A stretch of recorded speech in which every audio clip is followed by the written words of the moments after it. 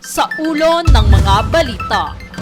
Umano'y banta ni Vice President Sara Duterte na nararapat tutukan ayon kay Representative Antonio Tino. Pinakamalaking integrated solar and battery facility sa buong mundo, pinasinayaan.